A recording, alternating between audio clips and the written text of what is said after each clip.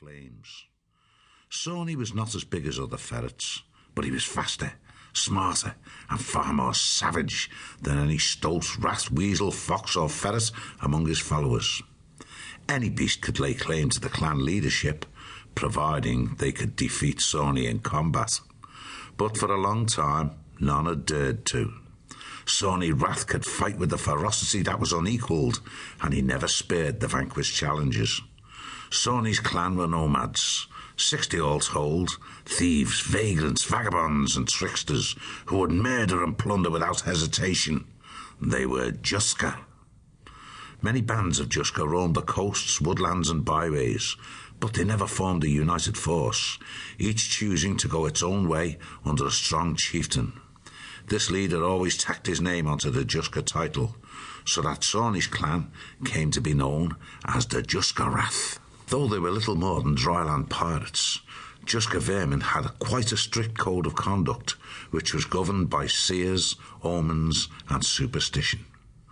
Sawney sat beneath the awning of his tent, sipping a vile-tasting medication that his seer, Grissoul, had concocted to ease the stomach pains that constantly dogged him. He watched the clan, noting their free and easy mood. Sawney smiled as some of the rats struck up a song. Rats were easily pleased. Once they had a full stomach and a flagon of nettle beer, they would either sing or sleep. Sawney was only half watching the rats.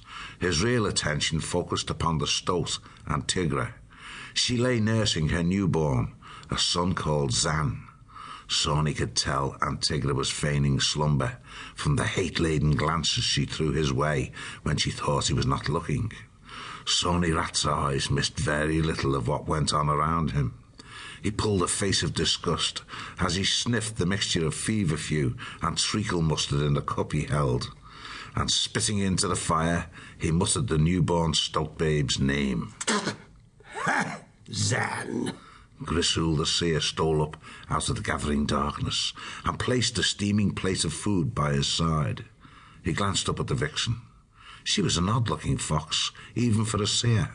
She wore a bark cloth cloak that she had covered in red and black symbols, and her brow, neck and limbs were almost invisible under bracelets of coral, brass and silver. About her waist she wore a belt from which hung a broad pouch and bones of all kinds. One of her eyes was never still. Sawney tipped the plate with his footpaw. Am I supposed to eat this mess? She smiled coaxingly. Yeah, 'tis the mackerel without skin or bone, stewed in milkweed and dock, thy stomach'll favourite. The ferret drew from his belt a lethally beautiful knife, straight-bladed, razor-sharp, with a brilliant blue sapphire set into its amber handle. Delicately he picked up a morsel of fish on the knife point and tasted it. This is good. I like it. Grissoul sat down beside him. None can cook for thee like I. She watched him eating a while before speaking again. Thou art going to ask me about the Taggerung. I feel it. Sawney picked a sliver of fish from between his teeth. Aye. Have there been any more signs of the Taggerung?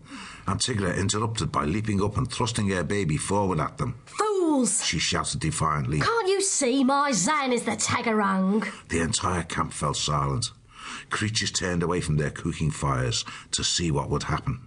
Sawney stood up, one paw holding his stomach, the other pointing the knife at Antigra. If you were not a mother nursing a babe, you would be dead where you stand. Nobody's called Sawney Rath a fool. Antigra was shaking with rage. The baby stoat had set up a thin wail, but her voice drowned it out. I demand you recognise my son as Taggerung. Sawney gritted his teeth. Thrusting the dagger back into his belt, he turned aside, snarling at Grissoul. Tell that stoat why her brat cannot be called Taggerung. Grissoul stood between them, facing Antigra, and took a starling skull, threaded on thin twine from her belt. She swung it in a figure of 8 until the air rushing through the iron beak sockets made a shrieking whistle. Hearken, Antigra. Even a long-dead bird can mock thee. Shout all thou like. 'Twill not make thine offspring grow to be the Taggerung. You it is who are a fool. Can thou not see the omens are all wrong? Even though you call him Zan.